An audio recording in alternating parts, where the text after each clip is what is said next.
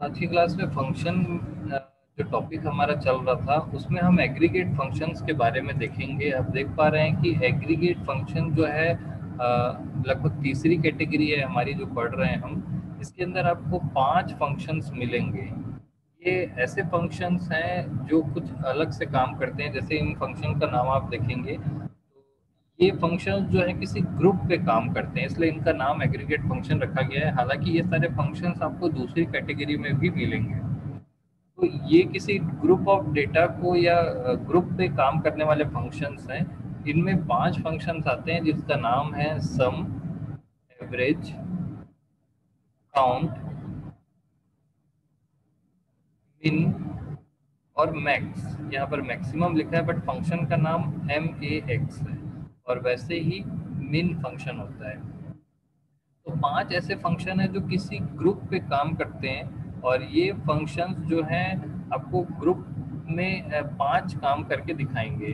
जैसे ये फंक्शंस को आप यहाँ पर देख सकते हैं। ये पांचों फंक्शन आपको यहाँ पर दिख रहे हैं: सम, एवरेज, काउंट, मैक्स एंड मिन। ये पांचों को एग्रीगेट फंक्शंस कहा जाता है। इनको हम एक बार यूज करके देख लेते हैं। बहुत ही सिंपल होता है। अगर मैं यहाँ पर कोई डेटा लिख देता हूँ, जैसे अब फॉर एग्जांपल मैंने यहाँ पर डेटा लिखा और जानबूझ के मैंने यहाँ पर एक ब्लैंक रख दिया है। तो आप देख पा रहे हैं, मैं इसको बड़ा कर देता हूँ। लाइन इसकी सेंटर कर देते हैं हम लोग। तो आप देख रहे हैं कि मैंने जानबूझ के एक बीच में खाली छोड़ दिया है, क्योंकि काउंट फंक्शन को हम यहाँ पर देखेंगे। तो चलिए यहाँ पर हम उन फंक्शंस को अप्लाई करके देखते हैं कि आउटपुट क्या आने का है। पहला फंक्शन, जैसे मैं यहाँ पर सम फंक्शन अप्लाई करना चाहता हूँ, तो मैं इंसर्ट फंक्शन में गया और यहाँ पर मैंने सम पे क्लिक किया।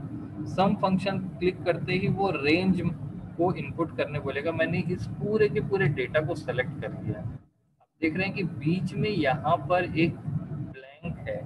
टोटल आपके पास यहाँ पर देख पा रहे हैं कि 8 एंट्री है, जिसमें से छठवीं एंट्री जो है वो गायब है। तो इन टोटल 7 नंबर्स हैं, आप इनको काउंट कर सकते हैं। 3 2 5 और 2 7। 7 नंबर्स का सम हमको करना है, तो सम फंक्शन हमको आउटपुट में यहाँ पर देगा सम। तो आप देख पा रहे हैं कि इसका जो सम है वो 36 है।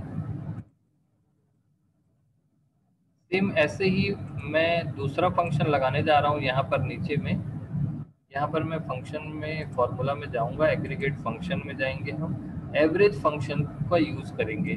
ये फंक्शन दिए गए रेंज के डेटा का एवरेज निकालता है। मैंने इस पूरे को सेलेक्ट कर लिया और आप देखिए D1 से लेके D8 तक पूरे डेटा को वो सम करेगा और डिवाइड करके उनका एवरेज निकालेगा। तो आप यहाँ पर देख पा रहे हैं कि इनका एवरेज 5.14 है। एवरेज की वैल्यू पॉइंट में आ सकती है। नेक्स्ट, ऐसा ही आप देख पा रहे हैं कि ये सभी फंक्शन जो है ग्रुप में काम करते हैं।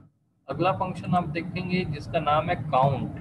काउंट का यूज करेंगे और जब आप पूरे डेटा को सेलेक्ट करेंगे तो आपको जो इसका इसमें कितने नंबर्स हैं उनका काउंटिंग आएगा। तो आप देख पा रहे हैं कि यहाँ पे 7 काउंट आ रहा है। 7 काउंट आने का मतलब है कि यहाँ पर बीच में एक नंबर गायब है। अगर मैं इसको डिलीट कर देता हूँ 4 को, या मैं यहाँ पर 2 को डिलीट कर देता हूँ, तो यहाँ पर 36 के बदले क्या हो जाएगा, 34, और यहाँ पर 6 हो जाएगा। देखिए यहाँ पे काउंट 6 हो गया और यहाँ पर टोटल जो है 34 हो गया, और इनका एवरेज भी चेंज हो गया। तो इस तरीके से आपको लास्ट में मैं एक बार इसको चेंज करके दिखाऊंगा।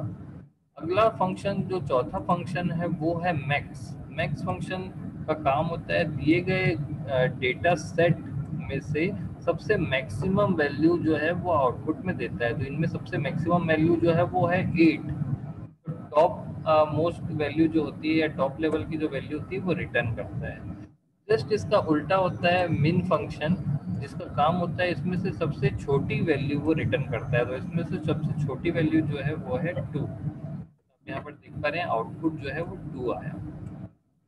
अब इसको हमने 2 को अगर मैं यहाँ से हटा देता हूँ तो इन सभी में क्या क्या चेंजेस आएगा देखते हैं। सम, ये फंक्शन सम करता था, तो यहाँ पर इसमें से 2 माइनस हो जाएगा, यानी कि ये 34 हो जाएगा। तो अगर मैं इसका आउटपुट को प्रिडिक्ट करता हूँ यहाँ पर, और उसके बाद हम देखते हैं कि आउटपुट इनका सेम आता है कि नहीं। एवरेज में कुछ चेंजेस आएंगे। काउंट अगर 7 है तो ये 6 हो जाएगा, मैक्सिमम वैल्यू तो कोई चेंज नहीं होगी क्योंकि 2 जो है वो मैक्सिमम वैल्यू नहीं थी, लेकिन मिनिमम वैल्यू 2 थी, तो 2 हटने के बाद मिनिमम वैल्यू हो जाएगी 4, तो यहाँ पर आउटपुट में आ जाएगा 4। तो जैसे ही मैं 2 को डिलीट कराऊंगा तो यहाँ पर आएगा 34, यहाँ पर आएगा 6, यहाँ पर 8 ही रहेगा और यहाँ पर 4 आ जाएगा। देखते हैं 2 को डिलीट करके। देखिए मैंने जो प्रिडिक्ट किया था वो सारी वैल्यूज वहाँ पर रिफ्लेक्ट कर गई है। तो इस तरीके से एग्रीगेट फंक्शंस जो हैं किसी डेटा सेट में या ग्रुप में काम करते हैं, और ये 5 फंक्शंस को काफ़ी ज़्यादा यूज़ किया जाता है, इसलिए इनको एक अलग कैटेगरी बना दी गई है। यहाँ पर आप देख पा रहे हैं कि सम फंक्शन, एग्रीगेट, एवरेज फंक्शन, इनके बारे में सिंटेक्स लिखा गया है। सम फंक्शन हालांकि हमने मैथमेटिकल फंक्शन में पढ़ लिया था, तो इसमें सेम चीज लिख सकते हैं हम, दिए गए रेंज में से वो नंबर्स का एडिशन कर या सम करके टोटल वैल्यू रिटर्न करता है। सेम वैसे ही एवरेज फंक्शन का सिंटेक्स आप देख पा रहे होंगे कि एवरेज क्या होता है, दिए गए रेंज A1 से लेके A4 तक का रेंज दिया गया है, तो उसमें से वो एवरेज वैल्यू निकाल के रिटर्न करता है।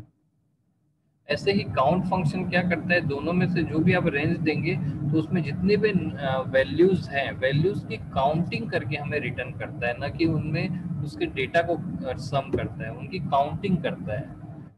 नेक्स्ट आप एक फंक्शन देख पा रहे हैं मैक्स, दिए गए रेंज में से जो सबसे मैक्सिमम वैल्यू है, आप देख पा रहे हैं कि अगर मैं इसमें कोई मैक्सिमम वैल्यू दे देता हूँ, यहाँ पर मैंने जैसे 6 को चेंज करके 155 कर दिया, तो ये जो मैक्सिमम वैल्यू 8 आ रही थी वो चेंज हो जाएगी। यहाँ पे मैक्सिमम वैल्यू 155 हो गई।